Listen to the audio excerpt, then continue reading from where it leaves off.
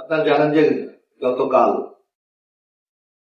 ৩রা November ২০২৫ Bangladesh জাতীয়তাবাদী দল BNP আগামী জাতীয় সংসদ নির্বাচনের জন্য সারা বাংলাদেশে ৩০০ আসনের মধ্যে ২37টি আসনে তাদের প্রার্থীতা ইতিমধ্যে ঘোষণা করেছেন। ইতিমধ্যে আপনারা দেখেছেন যে অন্য প্রতিদ্বন্দ্বী দলগুলি, বিশেষ করে বাংলাদেশ জামায়াত ইসলামী ৩০০ আসনে তাদের প্রার্থীতা দিয়েছে। বাংলাদেশ ইসলামী আন্দোলন চরমনাই, যাকে আমরা বলি, তারাও ইতিমধ্যে ৩০০ আসনে তাদের প্রার্থীতা দিয়েছে। বাংলাদেশ জাতীয়তাবাদী দল এই নির্বাচনকে শান্তিপূর্ণ, অর্থবহ এবং জনগণের ভোট নিশ্চিত করার লক্ষ্যে আমরা সবসময় বলে এসেছি যে অতি দ্রুত একটি জাতীয় সংসদ নির্বাচন প্রয়োজন, যার কারণে আমরা দীর্ঘদিন আন্দোলন করেছি। আওয়ামী লীগের আমলে আপনারা জানেন যে শেখ হাসিনা বিএনপিকে নির্বাচনে নেওয়ার জন্য নানা ধরনের প্রস্তাব দিয়েছিল। কখনো বলেছিলেন মন্ত্রী পরিষদে স্থান দেবেন, কখনো দিয়েছেন জাতীয় সরকার করবেন। কিন্তু আমরা স্পষ্ট ভাষায় আমাদের নেত্রী বেগম খালেদা জিয়া বলেছে যে নিরপেক্ষ তত্ত্বাবধায়ক সারা ইলেকশন ছাড়া কোনো নির্বাচনে বিএনপি যাবে না, এবং আগামী ফেব্রুয়ারিতে যে নির্বাচনটি হতে যাচ্ছে এটা তারই একটি ধারাবাহিকতা, একটি তত্ত্বাবধায়ক সরকারের অধীনে এই নির্বাচনটি অনুষ্ঠিত হবে। যার জন্য আমরা মনে করি এবার জনগণ, অর্থাৎ যারা ভোটার, তাদের ভোটের মাধ্যমে তাদের নেতৃত্ব নির্বাচন করবে।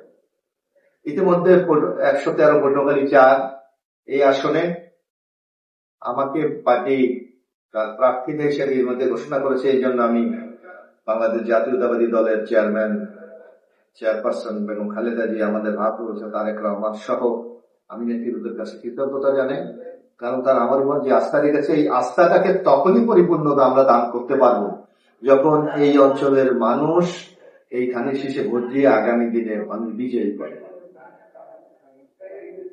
আমরা এই অঞ্চলের মানুষের কাছে একটা বার্তা দিতে চাই যে বিএনপি দীর্ঘ আন্দোলন সংগ্রামের মাধ্যমে মানুষের কাছে এমন একটা আস্থা অর্জন করেছে যে আমরা বিশ্বাস করি বাংলাদেশের মানুষ আগামী দিনে বিশ্বাস করে, যদি অবাধ, সুস্থ, নিরপেক্ষ এবং মানুষ যদি ভোট দেওয়ার সুযোগ পায়, তাহলে হয়তো বাংলাদেশ জাতীয়তাবাদী দল বিএনপি রাষ্ট্র ক্ষমতায় যাবে। এখন দেশে যদি ইনশাল্লাহ আগামী দিনে বেগম খালেদা জিয়া, তারেক রহমানের নেতৃত্বে নতুন সরকার গঠিত হয়, আর আমরা যদি এই অঞ্চলটাকে আমাদের প্রতিনিধি ওই সরকারে না দিতে পারি, ওই জাতীয় সংসদে না দিতে পারি, তাহলে আমাদের এই অবহেলিত অঞ্চলে যে সমস্যাগুলি রয়েছে সেই সমস্যা সমাধান, আমাদের উন্নয়নের যেই আকাঙ্ক্ষায় দেশের মানুষের আছে, সেই আকাঙ্ক্ষাকে পূরণ করার জন্য এই অঞ্চল থেকে আমাদের নির্বাচিত প্রতিনিধি হওয়া দরকার।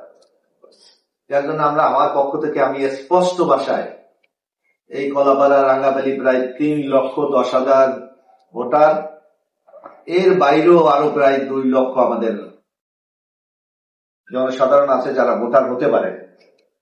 এই প্রায় ৫ লক্ষ লোকের কাছে আমাদের আহ্বান যে আমাদের এলাকার উন্নয়নের স্বার্থে, এলাকার মানুষের মঙ্গলের স্বার্থে আগামী দিনে এই কলাপাড়া রাঙ্গাবালির কর্মসংস্থান সৃষ্টির লক্ষ্যে আমরা ধানের শীষের পক্ষে তাদের ম্যান্ডেটটা আমরা আহ্বান জানাচ্ছি।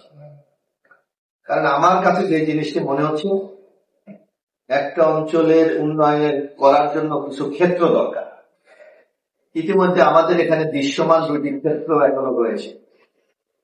একটি হলো এখানে একটি পর্যটন কেন্দ্র আছে, কিন্তু আমরা সেই পর্যটন কেন্দ্রটাকে আন্তর্জাতিক মানের পর্যটন কেন্দ্র এখন করতে পারিনি।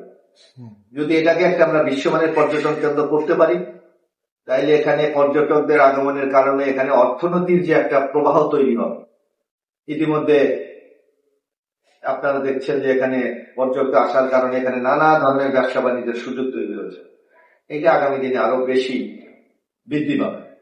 এখানে আরেকটি জিনিস তৈরি হয়েছে, যেটা হলো পায়রা পোর্ট। আমরা জানি এটাকে এখনো পূর্ণাঙ্গভাবে চালু করা হয়নি।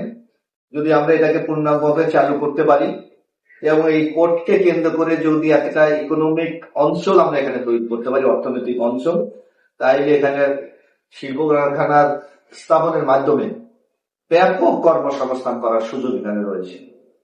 এই কাজটা যদি আগামী সরকারের মাধ্যমে আমরা করতে পারি, তাহলে আমার বিশ্বাস শুধু কলাপাড়া রাঙ্গাবালি না, এই বরিশাল ডিভিশনে এখানে একটি বিশাল একটা কর্মসংস্থানের পরিবেশ তৈরি হবে।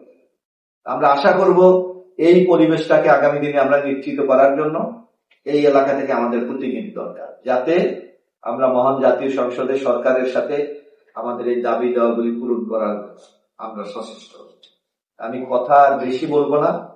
নির্বাচন সামনে, নানা লোক নানা ধরনের প্রতিশ্রুতি দিয়ে ভোট চাইতে আসবে, কিন্তু আমাদের যারা আমরা জনগণ, আমরা যারা ভোটার, আমরা যারা নাগরিক, আমাদেরকে চিন্তা করতে হবে, আমাদেরকে বুঝতে হবে, আমাদেরকে এই উপলব্ধিতে বুঝতে হবে যে কাদেরকে দিয়ে এই উন্নয়ন কর্মসূচি সম্পন্ন করা সম্ভব। এখন বাংলাদেশের প্রেক্ষাপটে আমাদের মনে হচ্ছে সেই শক্তি একমাত্র বাংলাদেশ জাতীয়তাবাদী দল বিএনপি তথা ধানের শীষ। তাই সবাইকে আগামী জাতীয় সংসদ নির্বাচনে ধানের শীষের পক্ষে রায় দেওয়ার জন্য আমি আহ্বান জানাচ্ছি।